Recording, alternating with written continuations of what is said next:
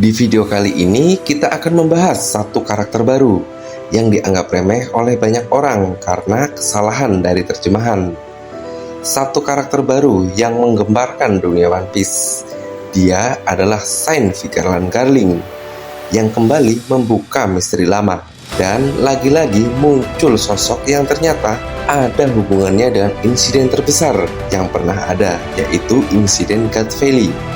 Oke, pertama kita akan langsung mulai dari kesalahan translate yang sejujurnya ini memang sangat aneh sekali. Di translatean awal sebenarnya nggak salah-salah banget jika Saint Vigeland Garling diterjemahkan sebagai seorang raja di Pulau God Valley.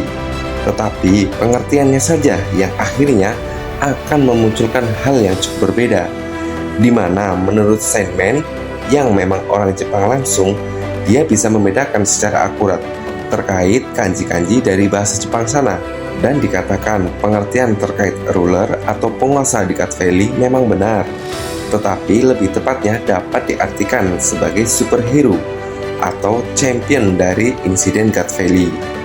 Sejujurnya jauh lebih masuk akal karena pada translate sebelumnya dia diperkenalkan sebagai seorang raja di God Valley. Hal itu akan sangat aneh sekali. Kenapa seorang raja tiba-tiba bisa menjadi seorang saint atau keturunan dewa alias Tenryubito?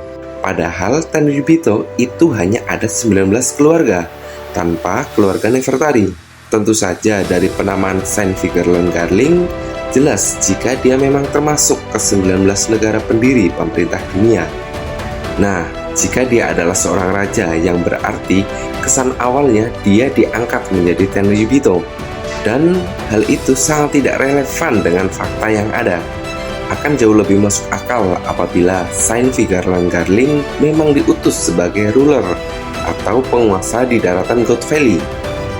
Pulau God Valley atau bisa disebut sebagai lembah dewa karena memang di pulau itu adalah daratan yang didiami oleh para dewa atau Tenryubito.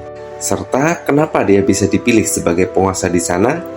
Dan hal itu pun cukup jelas karena dia sepertinya sangatlah kuat serta memiliki peran yang vital saat terjadinya insiden God Valley 38 tahun yang lalu. Pada manga One Piece chapter 957 diketahui jika 38 tahun yang lalu bajak laut terkuat saat itu adalah bajak laut Rocks yang berisikan kru yang sangat mengerikan seperti Edward Newgate, Kaido, Big Mom, Shiki, Silver Axe, Kapten John, dan Ochuku, serta kapten mereka yaitu Rocks di Sebek. Saat itu tujuan utama Rocks di Sebek adalah ingin menjadi raja dunia, dan kedatangannya di Pulau God Valley pastinya bukan untuk mengambil harta karun yang tersimpan di sana, namun untuk membantai para Tenryubito beserta para pimpinannya yang sedang berada di Pulau God Valley. Sehingga incaran dari Sebek pastinya bukanlah Garp ataupun Roger, tetapi dia membiarkan anak buahnya yang bertarung melawan mereka. Menurut kalian, bagaimana bisa sosok kuat seperti Kaido, Big Mom, Shirohige bisa kalah hanya dengan Garp dan Roger saja?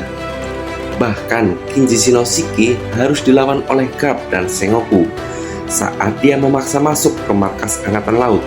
Bahkan saat itu setengah dari Marineford pun hancur akibat pertempuran mereka. Jadi bagaimana bisa bajak laut Rocks dikalahkan saat insiden God Valley?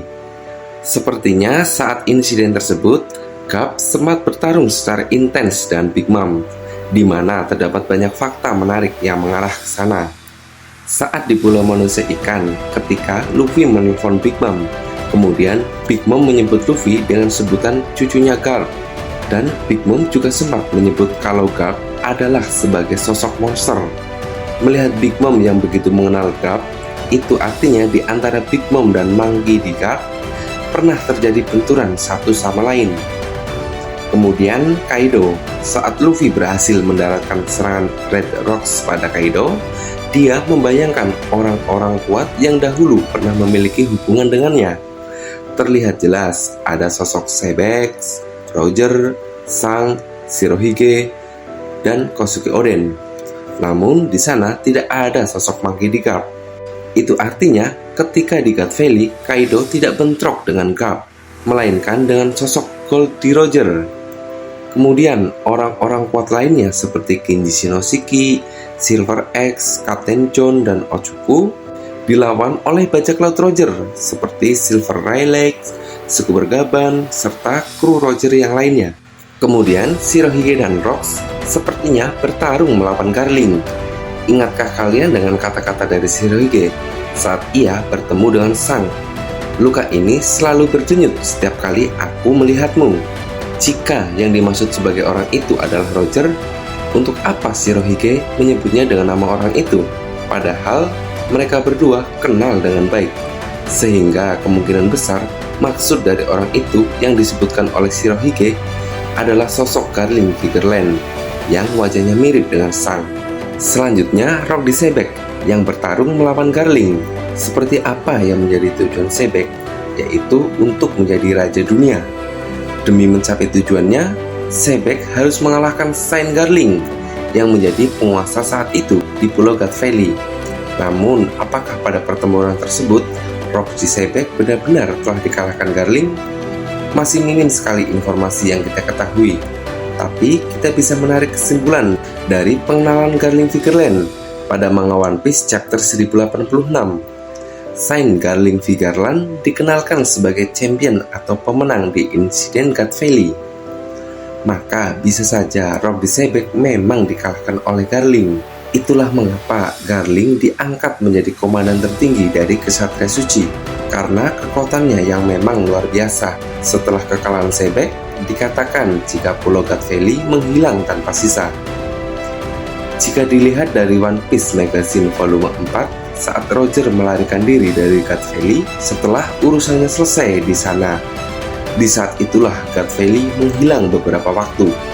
Para fan One Piece berpikir jika Pulau God Valley dihancurkan menggunakan senjata yang sama, seperti saat Pulau Lulusia dihancurkan. Akan tetapi pada manga One Piece chapter 1086, dikonfirmasi jika senjata yang menghancurkan kerajaan Lulusia merupakan ciptaan Dr. Vegapunk yang dinamakan Mother Flame, dan senjata tersebut baru pertama kali digunakan untuk menghancurkan kerajaan Lulusia. Lalu kekuatan apa yang bisa menghancurkan Pulau God Valley? Sengoku mengatakan jika pemerintah dunialah yang menginginkan Pulau God Valley dihilangkan dari peta dunia, sehingga kemungkinan sosok kuat dari pemerintah dunia yang menghancurkan Pulau God Valley tersebut. Jika Garp mendapatkan julukan Hero of Marine, saat ini hanya mampu menghancurkan pusat kota dari Pulau Bihai dalam sekali pukulan. Meskipun dia mengakui jika pukulannya saat ini sudah tidak seperti dulu. Lalu bagaimana dengan Saint Garling Vigerland yang mendapatkan julukan sebagai superhero of God Valley? Sepertinya memang kekuatan dari Garling yang menghancurkan Pulau God Valley sampai tak tersisa. Kekuatan dari komandan Ksatria Suci yang sangat mengerikan. Mungkinkah dia akan menjadi lawan terakhir dari aliansi bajak laut topi jerami saat melawan pemerintah dunia? Bahkan Dragon mengatakan jika pertarungan pasukan revolusi benar-benar akan dimulai ketika Ksatria Suci bergerak. Jadi jangan remehkan sosok pria tua di dunia One Piece. Entah kalian menyadarinya atau tidak, tetapi kenapa ya rasanya belakangan ini kita semua seperti seakan dibawa oleh Oda Sensei ke arah misteri dari God Valley. Tetapi sebenarnya Oda sendiri sudah ngasih kita clue kalau saat memasuki arc Wano Kuni, kalau memang nanti ke depannya arah cerita akan berpusat ke mantan-mantan dari kru bajak laut Rocks.